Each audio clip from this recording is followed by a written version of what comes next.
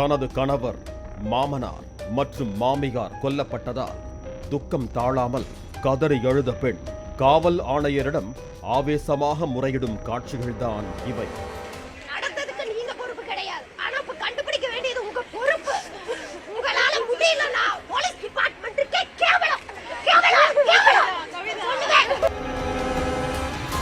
திருப்பூர் மாவட்டம் பல்லடம் அடுத்த சேமலை கவுண்டம் பாளையத்தைச் சேர்ந்த தெய்வசிகாமணி அலமாத்தாள் தம்பதியர் அங்குள்ள தோட்டத்து வீட்டில் தங்கி தென்னை விவசாயம் செய்து வந்தனர். இவர்களது மகன் மற்றும் மகளுக்கு திருமணம் முடிந்து அவரவர் குடும்பத்துடன் வெளியூர்களில் வசித்து வந்தனர். அந்த கிராமத்தில் உறவினர் வீட்டில் நடக்க இருந்த சுப நிகழ்ச்சியில் பங்கேற்க கோவையில் இருந்து ஐடி ஊழியரான இவரது மகன் செந்தில்குமார் மட்டும் சேமலை கவுண்டம் பாளையத்திற்கு வந்திருந்தார்.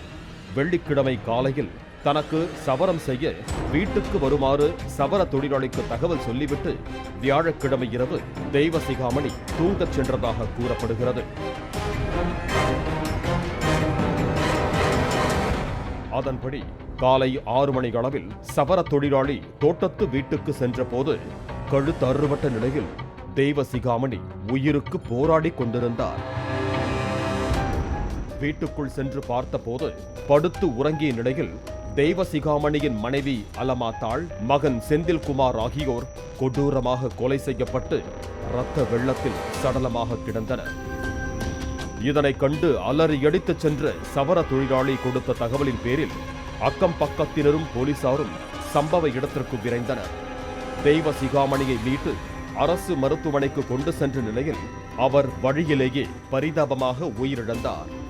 வியாழக்கிழமை நள்ளிரவு தோட்டத்து வீட்டில் 3 பேரும் தூங்கிக் கொண்டிருந்த போது உள்ளே நுழைந்த மர்ம ஆசாமிகள் ஒருவர் பின் ஒருவராக கொடூரமாக கொலை செய்திருக்கலாம் என்ற போலீசார் கொலையாளிகள் அலமாத்தாள் அணிந்திருந்த கம்மல் மற்றும் தங்கச் சங்கிலியை மட்டும் பறித்துச் சென்றிருப்பதாகவும் வீட்டில் எவ்வளவு நகை பணம் இருந்தது என்பது யாருக்கும் தெரியாததால் களவு போன பொருட்களின் மொத்த மதிப்பு தெரியவில்லை என்றனர்.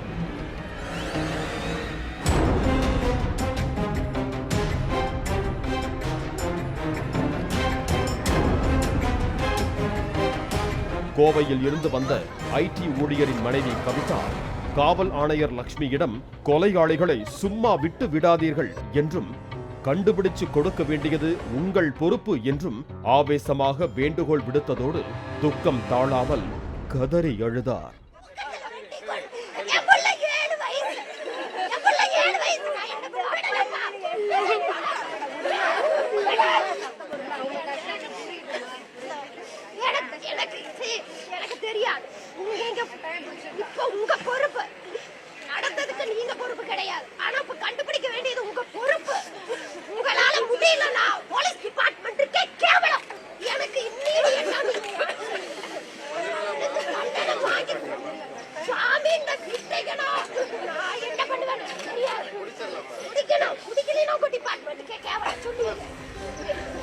மோப்பனாய் வரவழைக்கப்பட்டது.